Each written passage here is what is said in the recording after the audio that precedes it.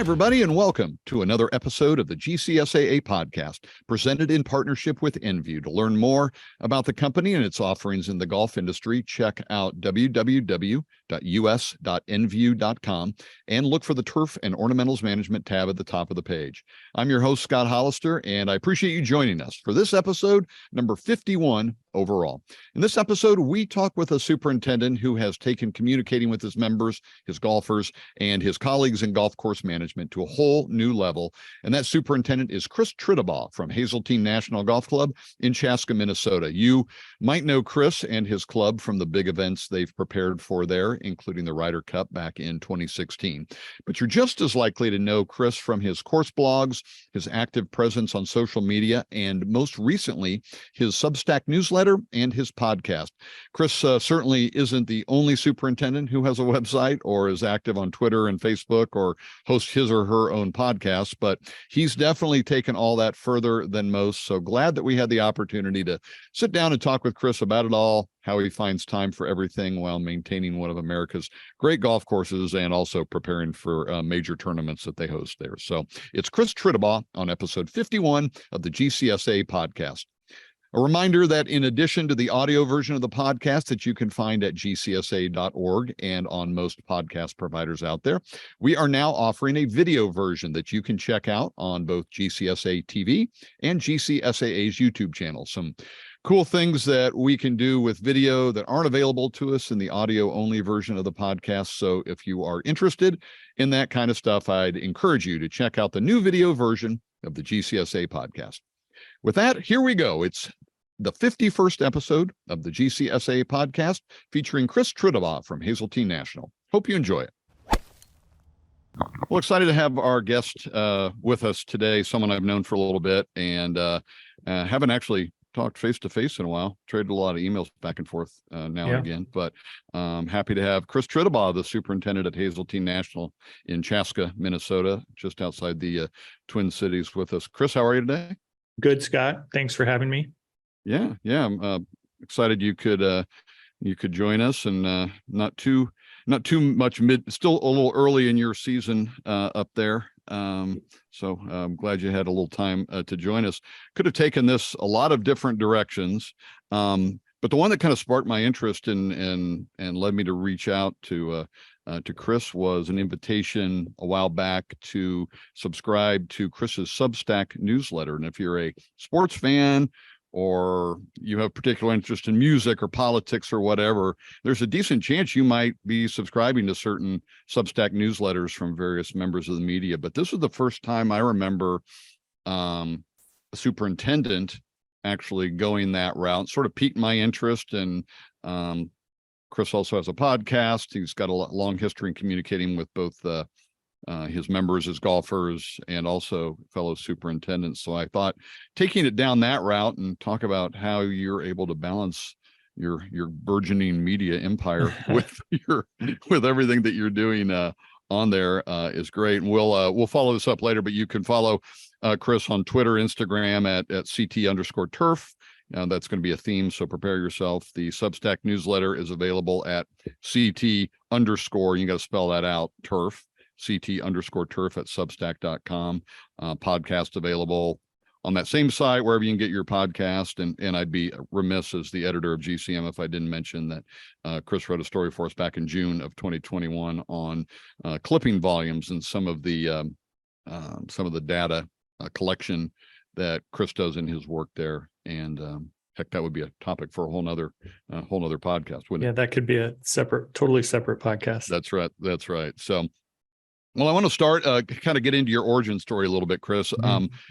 I imagine that a lot of listeners are familiar with you, but maybe don't know how you got into the game, how you got into being a superintendent. So just a little bit of where did you grow up, and what first kind of attracted you to to golf? I grew up in Albany, Minnesota, which is about 90 miles or so from here where we're sitting today. And they had a golf course right in town. Anyone who has driven from the Twin Cities to Fargo on Interstate 94 will have driven right by it. And the golf course is right along the freeway. And that's where I grew up. And actually this Saturday, I'm going up with my brother, who I also worked with on the golf course out there, and another friend, Gary Dieters, who was a former superintendent, now works for the University of Minnesota. We're going up because the superintendent that we work for, Tom Kasner, has retired, and so they're having a retirement party for him. And Tom, some of the listeners may have read Howard Richmond's article about Tom, and he's also the mayor up there in Albany. So Howard wrote a piece about it, and so that's where I'm from. That's where I grew up, and it was easy. It was an easy thing to be involved in. It was the golf course for a lot of people in town, kids my age, and a lot of friends, was just a hangout, and you'd go down there and you'd play, or you'd hit balls, or you go down and just kind of spend your day there. And it was close enough for us to bike. And I started, had a friend who picked the driving range, and he didn't have time to do it all the time because of various scheduling conflicts. And so he asked me if I wanted to pick up some time doing it. So I did. And eventually he kind of faded away from that job, and I kind of took it over, and my brother started doing it. And I always showed an interest in the maintenance side. And one day I got a phone call from the clubhouse manager at the time, and he asked if I would be interested in a job on the grounds crew because somebody had just quit and they had a spot open. I said, sure. So he said, well, come on down at about 10 a.m. and meet Tom, and he'll get you set up. So I did. And, the rest, I guess, is history. That was really the first paying job that I had. And it's really I've never had a paying job outside of golf. So, that's where it all got started, and it wasn't very far from here. And I haven't drifted very far over the years. I lived in the Twin Cities. I live, on the outskirts of the Twin Cities now, but I moved down here when I went to school at the University of Minnesota, and I started working at Town and Country Club in St. Paul. I worked there for a number of years, spent one season at St. Cloud Country Club in St. Cloud, Minnesota, and then went up to Duluth as the superintendent at Northland Country Club for 6 years.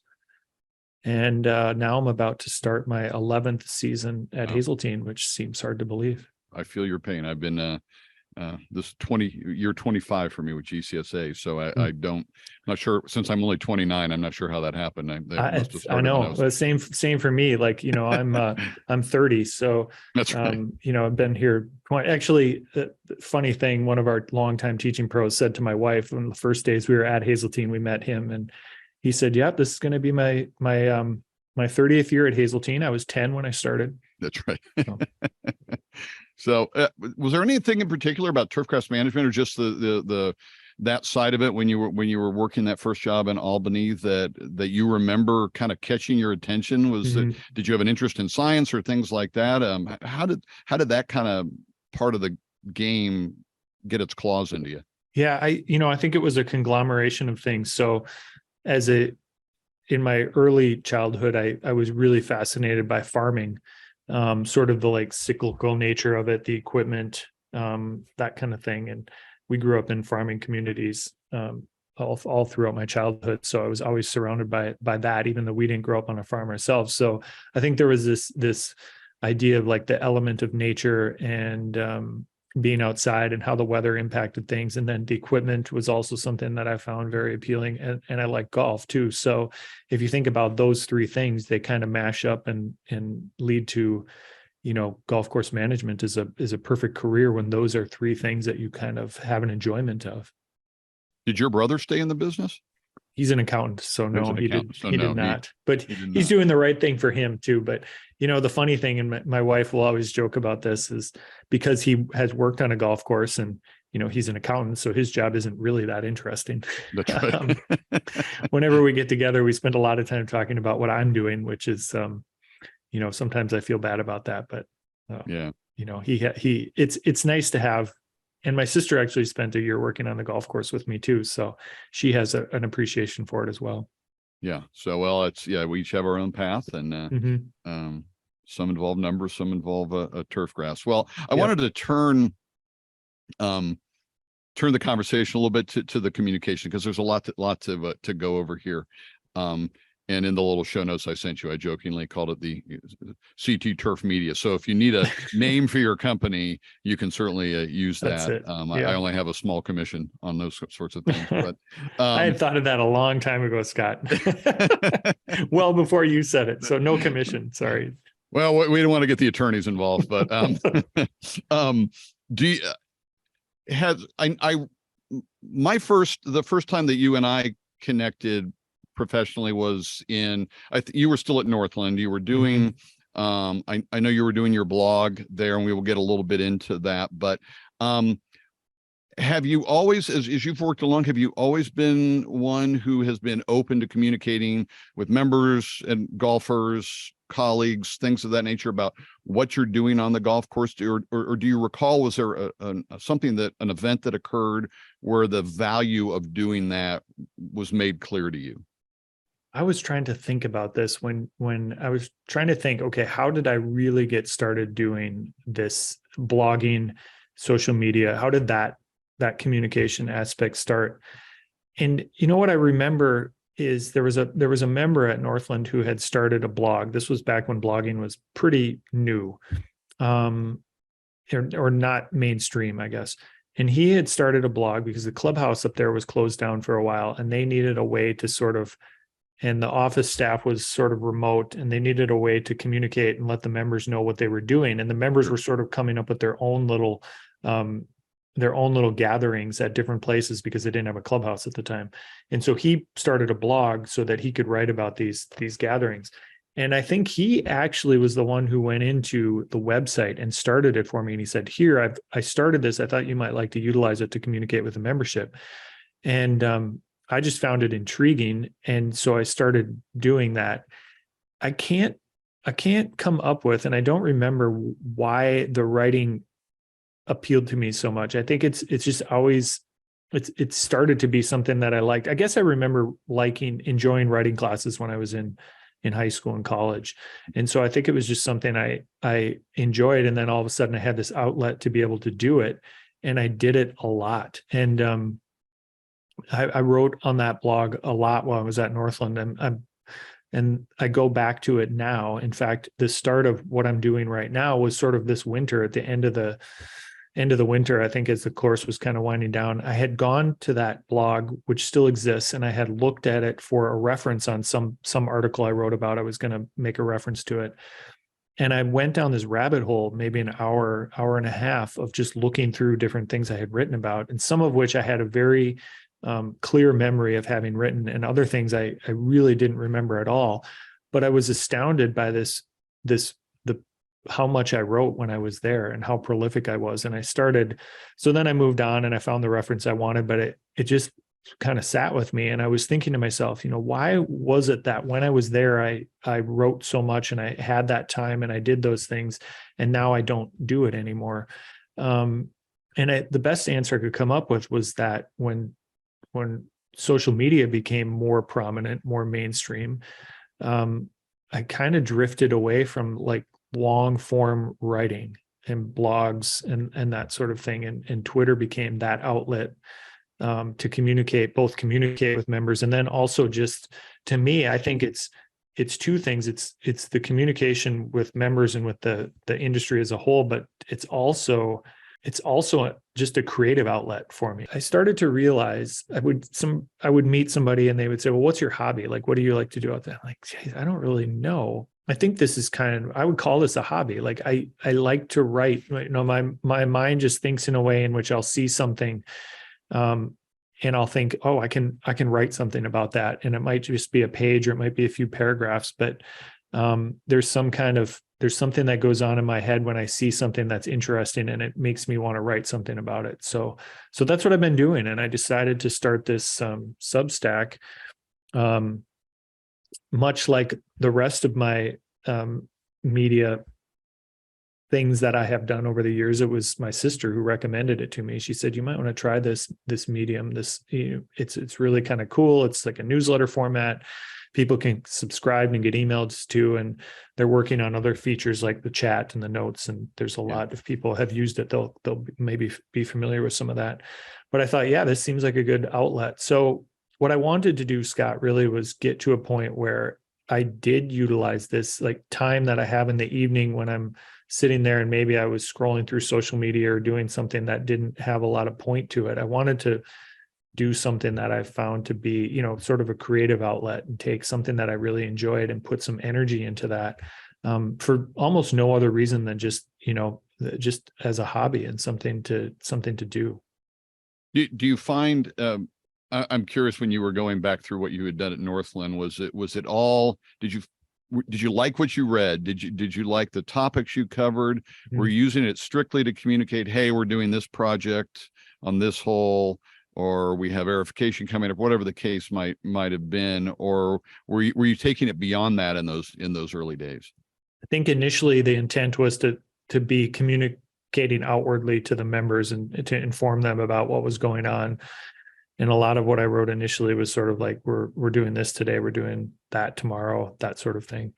And then I started to write more about, as I found my job and I found my feet as a superintendent, I started to write more about, philosophical things and things that I thought we should be doing, or ideas about how we could do it better or different. And so I wrote more, I think as time went on, I wrote more of those sorts of posts. But it always maintained some kind of balance between informing our membership and then sort of just, putting out this creative thing out into the world for anybody to look at.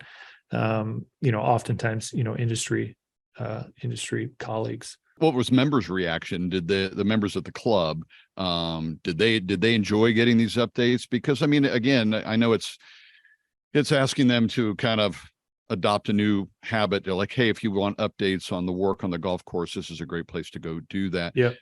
Did they react positively? And I'm also curious more from some of your colleagues around, did you get any pushback like, man, you probably want to be careful about being too open with members and golfers? Because there is always that sensitivity, I think, among superintendents. I think early on, initially, and again, this is going back to the early days at Northland, the membership loved it. Like all of a sudden they were getting all this information about what was happening on the golf course, and they were really into it. I would say there were some times where I kind of found the line between, the right information and too much information. Right. I can think of a specific instance in which I talked about, we were needle tining greens, or we're doing something on a Monday, and there were two people who were going to play, and they saw it, and the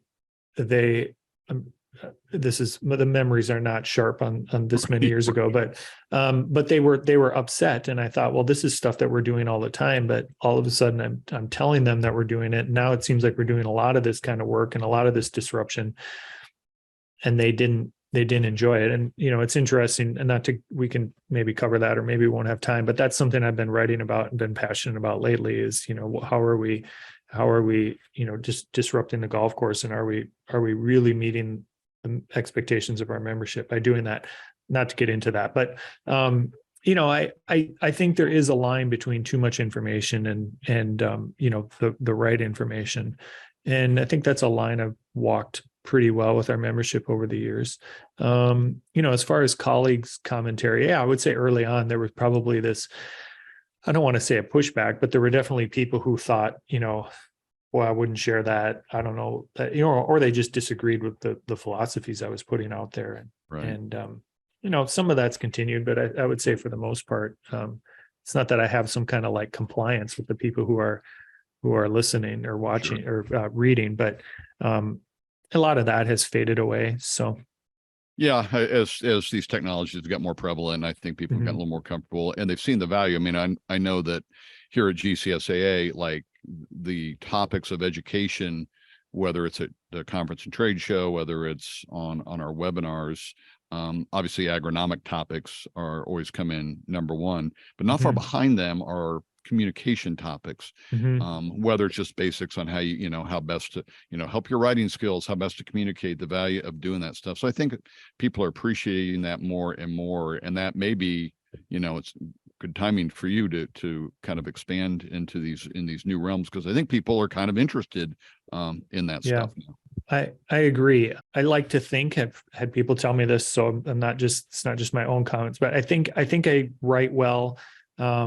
But I'm not somebody who, in some cases, maybe a person might say that's a bit of a natural thing, because I don't know quite why I write well. So like when somebody starts talking about, really English and grammar, some of that stuff is, I have to I had to read about a certain topic to get it, but I think I can put together how and why a sentence, sounds good and what a style looks like and feels like. But I would have a hard time teaching that to someone. At the same time, I think it's really being able to write well is really probably underrated as a skill in any industry. But I think in ours, we oftentimes are in front of a membership or in front of golfers, speaking to them face to face, and that conveys our feelings one way, but to do it on paper and to write it down and to put it into something that goes outward to either the public or to the membership, like a blog post or a newsletter or something of that nature, that sounds good and concise and uses the right language and the right style, I think is really can make somebody stand out above the rest. So it's enjoyable. It's something, somebody may enjoy going home and barbecuing, which I do to a certain degree, but this is really like, I just love it when I have a good idea that comes to mind. And I think to myself, when everybody's in bed tonight, or when we get our 3-year-old into bed and corralled and he's in bed and I have a little bit of time to myself, it'd be nice to sit down and write something about whatever topic it is. So. Yeah, it is an outlet. I've always had a passion for it, obviously, with my career choice. But I'm glad you make the time to do that. And I my job in magazine work is a lot like being a superintendent. I think you ask a lot of superintendents, and the things that first interested them about the job, they don't get to do very much anymore. Maybe it is just mowing greens or the peacefulness of the morning. And as your career advances, it's harder and harder to do that. Similarly with me, I've always loved writing. And every time I take on a full feature assignment and multiple interviews and things like that, and trying to balance it with everything else that's going on in my role here, you get frustrated, and I'm like, why can't I do this? Is what I got into the business to do. Why can't I do it? So the fact that you've been able to kind of build that balance in and do all that is pretty remarkable. So well, I mean, to turn the tables on that is I have seen a number. There's this community out there of people who get really just really nerd out about taking care of their yard. And Micah Woods has a Discord server, and on that of mostly turf professionals, but I am amazed at how many people are on there that are just like lawn nerds. Yeah. And they're just somebody who wants to have the best lawn. And some of these lawns are phenomenal. So, and that's probably their hobby, and maybe they write for a living, or they are an accountant and they do this, but I think of it the same way. My lawn is nothing to write home about, because when I get home, I don't want to spend time thinking about my lawn. I'd rather sit on the deck or sit in a nice comfy chair and write something. But I can also relate to the idea of when it becomes your life or your career, it becomes difficult. I mean, you can probably relate to this. I mean, it wasn't like the article I wrote for you a few years ago. It wasn't like I just, spilled it all out and gave it to you. You had to remind me a few times, like, hey, I got a deadline here, Chris. Can you get that to me? So as soon as there's a deadline and stuff, it's amazing how the mentality changes.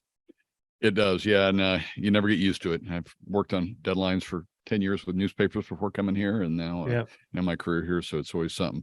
I wanted to, we'll take a break here in a little bit, but I wanted to kind of start the conversation. Because as I was kind of reflecting on what you've done from a communication standpoint, and I don't know if these transitions were intentional or not, but as you moved to Hazeltine, and that blogging sort of transitioned, and you mentioned it earlier, into more social media work, whether that was Twitter or Instagram. Was there a moment for you where you were like, wow, these new vehicles are pretty powerful? And we can talk a little bit more about the Ryder Cup, but was there an aha moment for you where you're like, wow, I can't believe the impact that this stuff can have? I probably knew the impact that it could have before the Ryder Cup, and that was just confirmation of it. But I wouldn't say there was one moment where I switched from writing to more social media. I think that happened slowly. I think that moving from Northland to Hazeltine was sort of an inflection point where there was a change, and I went, this sort of cadence that I had and this vehicle that I had when I was at Northland changed, and it was a different club. And I thought, well, I'm not sure that I want to write or have the ability to write or the time, or does the club have the want for me to write like I did up there? Right. I recall sort of starting off like that, but then it drifted away. And I think part of that was that the use of Twitter was becoming more prominent, and I found it easier and just more timely to be able to provide updates using that medium. But at the same time, then it eroded this sort of thing that I did really like doing, which was the writing. And I didn't even realize it, the way that the transition happened.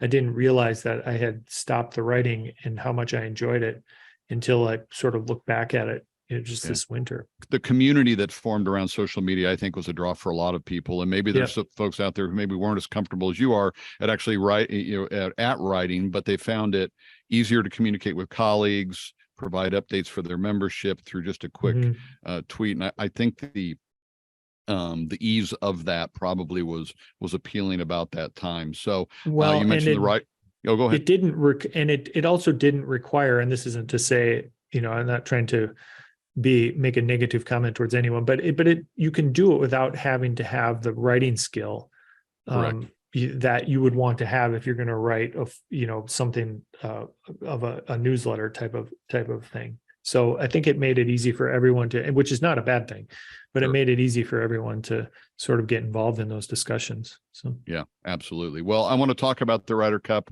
I have to pay some bills. So we will take a quick break here, and then we will be back with more with Chris Tritabaugh right after this. We'll get back to this episode in a moment, but now a word from Envu, which is committed to working with golf course superintendents to accomplish great things on the course every day. The company has the expertise and innovative solutions to help you navigate turf challenges year-round while achieving the most consistently beautiful, playable turf possible. Cool season superintendents know that this time of year is prime time to stay on top of pesky annual bluegrass weevils and bill bugs. Late spring applications of solutions like Tetrino insecticide go a long way toward limiting turf damage later in the year. And warm season turf managers know that nematode populations can start to wreak havoc on greens and enhance root diseases. So starting early with solutions like Indemnify nematicide can help limit damage. Contact your Envu representative or go to us.envu.com/golf-solutions to learn more about the agronomic solutions that can help you protect your turf from harmful diseases and nematodes when it matters most. Always read and follow label instructions, and remember that not all products are registered for use in all states. Our thanks again to everyone at Envu for their ongoing support of the GCSAA podcast. And now, back to this episode. Okay, we're back with Chris Tritabaugh from Hazeltine National, talking about some of his efforts to communicate to golfers, members, the rest of the industry. We were talking about social media, and I wanted to go back to the 2016 Ryder Cup, which you all hosted there. And I know among my people on my side, there's no way to track this, but it might have been, from a social media perspective, the most, I guess, viewed. I don't even know what word to use there, but the most absorbed major from a golf course maintenance standpoint that there's ever been. And I'm wondering what your recollections are about that side of it, how you approached social media. You already had a following and a presence prior to the event, but how did you approach the planning of that and the execution of that week of the event, and really in the run up, to the Ryder Cup? Well, I'll mention my sister again, and she, my brother's an accountant, but my sister is actually like in marketing and content creation and management. So that this is what she does for a living. And I recall sitting at home watching a major championship. Maybe it was a year or 2 years before our Ryder Cup, and I think, as many of us did, and probably still do, following along on Twitter with the commentary that our industry was making about the golf course, or asking questions about what was happening or how something was being done. And I remember thinking to myself, wouldn't it be cool given the following that we already had and the fact that I used that medium, I used Twitter a lot, wouldn't it be cool during our event to sort of open that up and have not just this one-way conversation going on with people sitting at home asking questions about what was being done or how it was being done, but then for us to be communicating back to them, right. and answering those questions about what we were doing. And so I kind of threw that idea toward my sister and said, how would you imagine this looking? And so a lot of the brain, it was the brainchild of her, really, how we handled that week. She had my account on her phone. So a lot of the photos and a lot of what she was putting out was coming from her, actually, and not me. But then what we did, and I think we did it almost every night, I don't remember, but we would have a Q&A. And she would sit in her office. I remember her sitting at the table here in my office at this table with her computer, and she would go through and collect a series of questions from the day. And she just had different browser windows open, and it might be like 30 browser windows was a question or a tweet that somebody had asked. And then I would go through each window and respond to it. And I think people really liked it. And I also remember, I think we even did like a live chat for a couple of days. Uh-huh. And that was fun too. I remember as the week wore on, it getting more and more tired, and I wanted to go home, and I would always do this at the end of the night. And I remember saying to her, I'm like, Emily, I don't think I can do this tonight. She's like, come on. Like, you just got to do it one more time. And, so, but it was fun for me to do. And I think people enjoyed the access and the behind the scenes look that they got at it and got at the whole operation. And it was sort of like a seminal moment for me on there. And one of the things I think about when I think that maybe that's not something, Twitter isn't something that I want to move away from. Like, one of the hardest parts for me is imagining that I would lose all that content. So that's something I think about when I think about that kind of thing. But I also think with the US Amateur coming next year, and we have a Ryder Cup again in 2029. So I'm already thinking about how do we use the new platforms and the new method of communicating, how do we utilize that during those events? So that's something she and I have been talking about a little bit. So stay tuned. As a magazine staff, we have over the years done provided through our channels behind the scenes coverage, and you do see a spike. You see there's an interest in these big events that pulls in people from outside just our little industry, and so there's an actual interest in golf course management at that time that isn't necessarily there every week of the golf season. And so it is an opportunity, I think, and we've tried to take advantage of GCM. I think I don't think I'm going overboard here and saying what you guys did at that point was kind of taking it to another level. In addition, you've got the insight that we don't have. I mean, we're observers. Howard Richmond was their week of Ryder Cup, provided some of our own coverage. I know piggybacked on a lot of what you guys were doing, but did you have to get any sort of approval or permission from the club, from the PGA? Before you did that, I imagine some listeners are probably like, oh boy, my membership wouldn't want to let that information out there. But how did you handle that in advance? I think that I had, with the membership, they had trust in me in my usage of that, and they knew kind of how I would handle it and do it the right way. So that wasn't really a discussion that we had.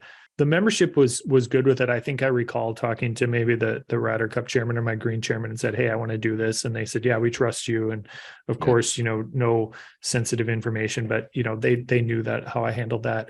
And then the PGA, I had run it by them so that they knew and were comfortable with what we were doing. And they had a few parameters, a few things that we could do and couldn't do. And so then we just kind of followed those rules. But it, as everybody saw, it kind of allowed us to still put on a pretty good show, I guess. Yeah. Well, and it didn't hurt that it was a memorable Ryder Cup from just the on-course performance. The competition was, I mean, people still talk about it. We broke a long stretch there of European dominance, and there was so that just sort of built into the the interest and then people feel like they're getting the special access to kind of getting behind the scenes, which I think always appeals not just to people in our industry, but golf fans in general. It's interesting because when I think, and I think people at the club and probably people at the PGA too, think about that Ryder Cup and think about having it here again. I think about that. I'm like, how perfect I think about how perfect it all was, and the weather and the course and the competition and all aspects. And I think, boy, we got a lot to live up to when we, have this again in 2029. So, of course we're going to do our best to surpass it, but man, it sure was special. It'll be tough. It was really, really great. I want to kind of transition into kind of what you're doing now, the Substack newsletter and the podcast.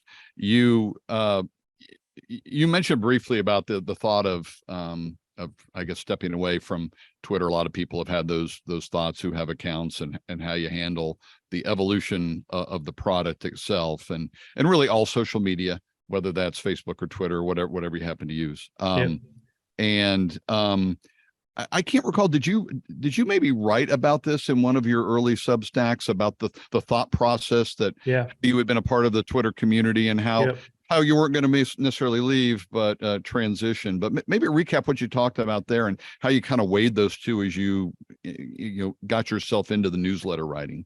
Yeah, I did, and it was, I kind of walked through a little bit of the story in that post. I walked through a little bit of the story that I told of how I got started doing this, and then how I moved away from writing, probably because social media became so easy and comfortable, and then how I missed the writing and how I enjoyed that aspect. And I thought it was sort of a skill that I wanted to hone, and just a creative outlet that I wanted to have.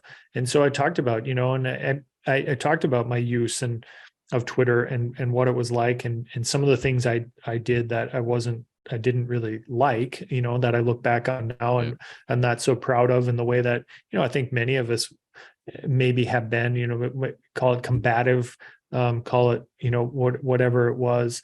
But, I guess I felt like, hey, this is, I want to move on to a different stage or do something different. And I just want to say, hey, I didn't always handle this the right way back then. So yeah, I don't know what the future is on that particular channel. I don't know how much I'll continue to use it. I'm not really doing much with it right now.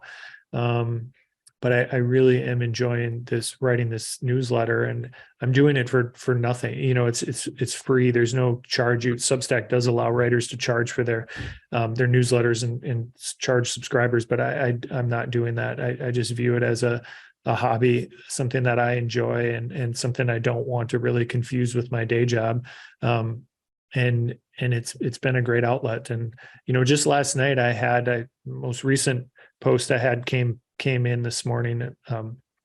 People would have gotten it this morning or can look at it.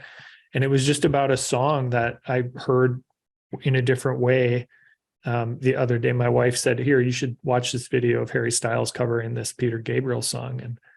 And I'm like, wow, I've never appreciated that song the way that I should. And I heard it differently. And then I went back, and I can't stop listening to the original song now.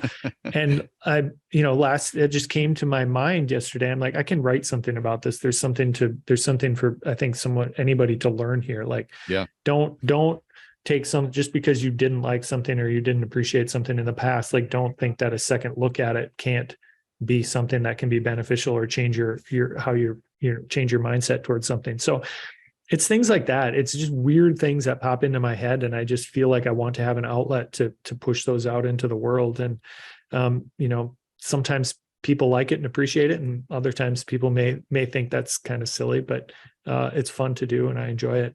And the podcasting has sort of now piggybacked on top of that.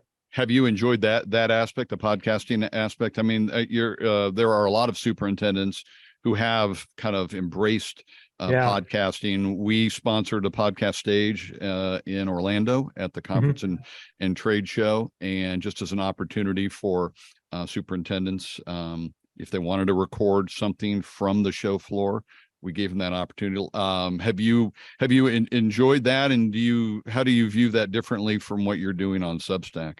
I think it's a compliment is the way I would think about it. So it has been something I've considered or I've thought about for a long time, but then I always thought, probably like a lot of people do, or a lot of different things people think about, too difficult, too complicated. Where would I start? How would I do it? But one of the cool things about this Substack platform is it will host podcasts, and makes it very easy to host that and then to kick it out to Apple Podcasts or to Spotify.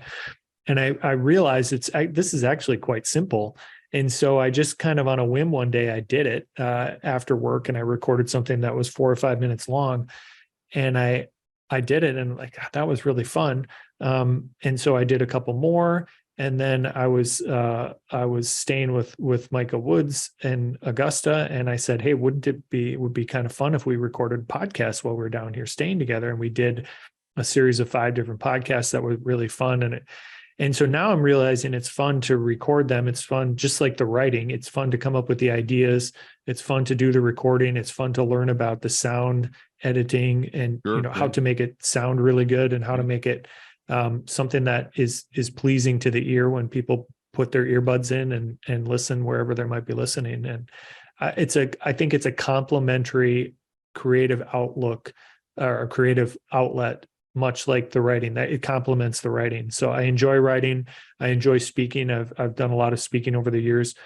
And so this is just another opportunity to sort of just another type of outlet that they're complementary of one another. The depth of conversation that you can have in a podcast, if for someone in my shoes, I'll have these long conversations and interviews with superintendents, and then I'm charged with going back, okay, I've got X amount of words or a certain number of pages to fill, and I can only really scratch the surface. Yeah. And there might have been awesome side conversations that just didn't fit in what I wanted to write. So that's been nice for me. I mean, to have conversations like you and I are having right now is kind of cool. I know you've had some micro podcasts, which I'd say you reference 5-10 minutes, little shorter ones. I think all the ones you did with Micah were relatively short, but you did a series of them. Yeah. Longest one was maybe 27 minutes, if I remember, but kind of 10 to 15 minutes. So we tried to keep them relatively short. And at this point, I'm just trying to keep it simple. It's a hobby. It's something I'm doing after work. I recorded an episode one night sitting in my car. I was waiting for our daughter to get done playing soccer. And I had all my stuff in my backpack. I'm like, I'm just going to do this here. And it's, so it's fun in that way. And, I have some ideas about what I want to do with that going forward. I think I'm fortunate, and I feel lucky to know people in this industry that maybe not everyone has access to or is lucky enough to know. And so I think I'd like to share some of those relationships and some of those conversations I'm lucky to have with people, whether it be academics or fellow superintendents, or, like my former coworker, Ryan Moy, who's now at the Minnesota United groundskeeper. We had a conversation. And so it's fun for me to get to know have those relationships, have those conversations. And I think it's neat to be able to share that with people. And that's what this has offered the opportunity to do. So since these things have become more and more public, and you've really committed to them, which is, advice number one for anyone considering writing or podcasting or whatever. And it's make it a part of your day, because the frequency really is important from a consumer standpoint. But have you had folks reach out with questions? Hey, how do you do this? How do you get started?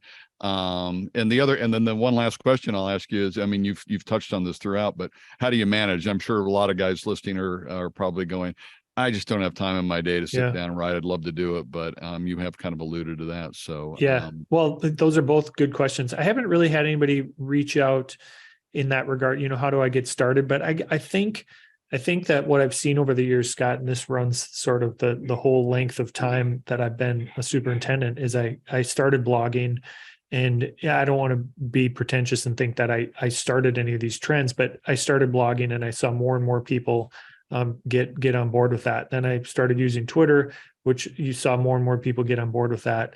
And maybe this will be something that's similar. I don't want to claim the podcast thing, because a lot of guys in the industry are doing really wonderful stuff with podcasts, and I don't want to tread on that. I want to complement that. But I guess I would feel good about that. That maybe people have seen something that they think is worthy of emulating, and so then they do that maybe silently.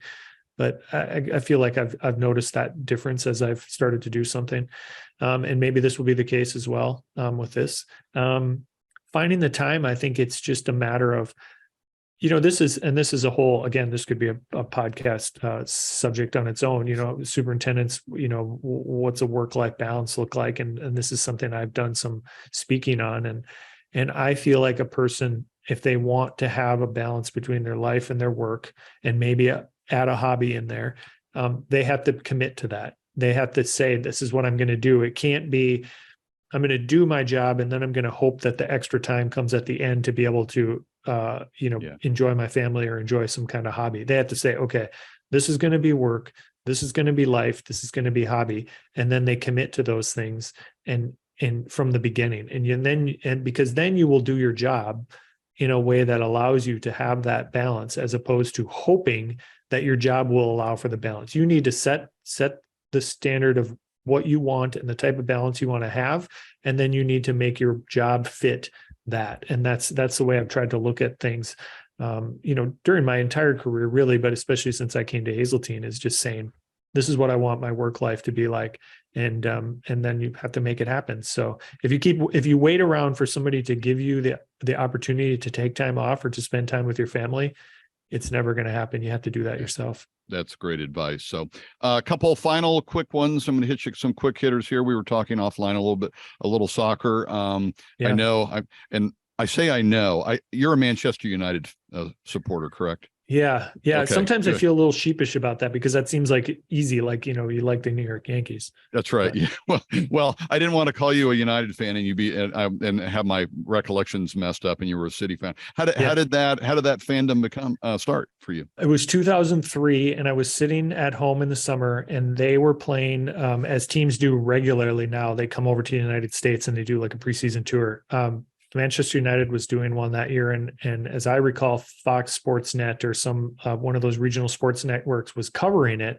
And I turned on the TV and I saw that they were playing, and it was just intriguing to me. So I watched the match, and then I'm like, oh, well, that was interesting. Are they going to be on? And then I looked in the schedule, and they were on again 2 nights later. They were playing another match, and I watched. And then I thought, I've never really paid much attention to club soccer. I wonder when their season starts. So I started looking into this and when their season started, and I started watching matches, and that was it. It just kind of went from there, and it just became the team that they were on probably more than any other team. So that became the team that I started to follow. And so that's been I guess now more than a 20-year sort of relationship that I've had with that club. It hasn't been that easy over the last number of years. Well, it's not better than my club, which is likely going to get relegated this year. My brother is an Everton fan, and I told him, I keep reminding him that you can watch all of the championship matches, English championship matches on ESPN Plus. So. Yeah, he and I are in a similar boat. And it's funny, that's how you became a fan, because I got into it without making this about me, but I got into it a very similar way when me and a group of dads took our daughters who all played on the same team to see Manchester United play the Kansas City Wizards at Arrowhead Stadium. It might have even been on that. Could have been the same tour. That tour. Mm-hmm. And I thought to myself, enjoyed the experience, thought to myself, wonder if I could follow a whole new sport that I've never I was aware of. I had friends that played. I played a little bit as a kid. Yep. And sure enough, between the internet and everything, you can totally do it. So amazing. Similarly, I know you're an F1 fan, Formula One, mm-hmm. And you might have been the only one that I actually knew up until the last few years with Drive to Survive and that. How did Formula One become a part of your life? I was up in the club. I'll tell a little story. I was up in the clubhouse one Saturday, and I stopped and I looked, and some of our members were watching the qualifying of a particular race. I don't remember. And I said, I mentioned something about what was happening. And one of the members turned and he said, are you a fan? And the other member said, are you kidding me? Tritz is like the OG F1 fan. And so I guess I've kind of used that term. I'm like an OG F1 fan because I was a F1 fan as a kid. So I go back, my earliest memories are I was probably 10 years old. So 87, 88, 89 kind of is when I first remember watching Formula One races. And And I just, again, I talked earlier about how part of what got me into golf was the equipment. And I just liked I liked these cars. I like things that moved. I like the idea of, you put the gas in, the gas burns in the engine makes the car move, and then the aerodynamics make the car faster. I thought that was all really fascinating as a kid. And so, I had been watching F1 for a long time. And then I had this period in kind of the early 2000s where I drifted away from it. And then I came back to it when the Senna movie came out, and I went and saw it in the theater, and I thought, boy, it just made me remember how much I loved that sport when I was younger. And so I went back to it then. That was 2011. And so I've maybe missed like 5 races since 2011. I watch everything. Most weekends I will watch probably most of the practices, the qualifying session, and the entire race. So I'm if anybody wants to know anything about F1, you can ask. I'll tell you. Well, there's more and more of them. What did you think of the Drive to Survive series? A lot more. So originally I watched the first few seasons. I think I watched seasons 1, 2, and 3, and then I watched season 4, and I'm like, I can't do this anymore because as I said, I pay so much attention to it that I know the real sort of story. And I watched, right. I think Drive to Survive is a little bit over dramatized. And so I'd watch it and I think, well, that's not how that story went. And I know the parts of the race as well to be able to tell how they edited the story, the pictures and everything together. And so it fell flat for me after a few seasons, but at the same time, I think it's been wonderful for the sport, and I'm so happy to see so many people enjoying it. Because it's, as I said, I've enjoyed it since I was a kid, and it's fun now. I mean, my brother used to be the only person I knew who really paid any attention, and now you can hardly throw a golf ball around the clubhouse, and you'll hit somebody who is really interested in it. So that's pretty cool. Yeah, it's been crazy. I'm one of the people that got sucked in by the Netflix series, and they did such a good job. I hold no grudges towards those people. I think it's wonderful. I'm glad you're along for the ride. Well, I've kind of gotten to the point, because I do follow it, not as closely as I follow Premier League soccer, but I do watch and make time to kind of follow along. And they did such a good job of giving you the inside stories and letting you identify with the drivers. And they weren't just these nameless, faceless guys driving 150 miles an hour with a helmet on. They really gave you the backstories, and you could develop an attachment to these people. Of late, of this last series, I watched last season intently enough that as we got into this season, I remembered it, and I started to notice some of the things you were noting about the dramatization of certain races. I'm like, that's not how I quite remember that one. And I would go back and read a recap and whatnot. So that's what it's been pretty phenomenal. The PGA Tour obviously jumped on board with the same producers. Everybody's kind of jumping on board, and rightfully so. I do think you're right. I think what it did do really well is it gave everybody a chance to learn and to understand the characters behind it, and understand who the drivers were and what the personalities of them was like, rather than just being sort of an instrument of operating the machine, which I think they had become in some ways, but for some of the very well-known drivers. So in that regard, it's been really cool. So it's neat to have, I have a pick'em game that I have with my family, with my 2 siblings and my nephew and my dad. And we have fantasy teams this year for the first time. So in that regard, it's been really cool. I feel like I'm not the only person who's watching these races on TV on a Sunday morning. So you'll need Miami this weekend, I guess. Is that right? Miami is this weekend. Yeah. Wow. Yep. Crazy. So, three U.S. states. I know. Went from even Austin was first in. So there was no U.S. race from 2007 until 2012 when they started racing in Austin. And then there was even a period where they thought Austin was going to go away because the government wasn't supporting it anymore. And then all of a sudden Drive to Survive came. And now, I mean, they'll have 400,000 people at that race in Austin, I think. Yeah. It's pretty crazy. 3 races in the U.S. This is not a Formula One podcast, everyone who might have tuned in late, but last question. Maybe it could be. Yeah, maybe it could. We could do like a weekly Formula One recap on your feed. Last question. What's your favorite winter activity? You have, you're not maintaining turf grass year round up there. So what, as a lifelong Minnesotan, what is your favorite winter activity? Well, I like to travel a little bit. We went to Hawaii this year with the family. Our entire family went, and that was a lot of fun. I have 3 children, and our daughters are 14 and 12, and then we have a 3-year-old son. And so keeping up to date with what they're doing and shuttling them around is a little bit of as people Sure. will know of with children of that age is a lot of work. So,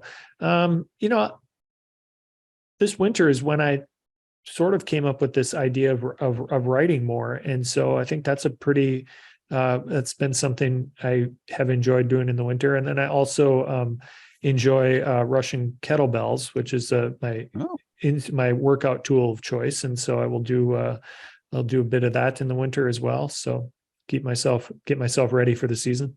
Yeah. So no ice fishing or anything like that. I don't partake in any of those. I don't dislike the cold and the snow, but I don't partake in any of the activities that really take advantage of that sort of thing. I had to drop the stereotypical Northwoods activity in there. I find it terrifying to go out on a lake in the middle of the winter, even though I know it's very safe. It's not my favorite thing to do. Yeah, I don't blame you at all on that. So, well, Chris, listen, I appreciate you taking the time to join us today. Really enjoyed the conversation.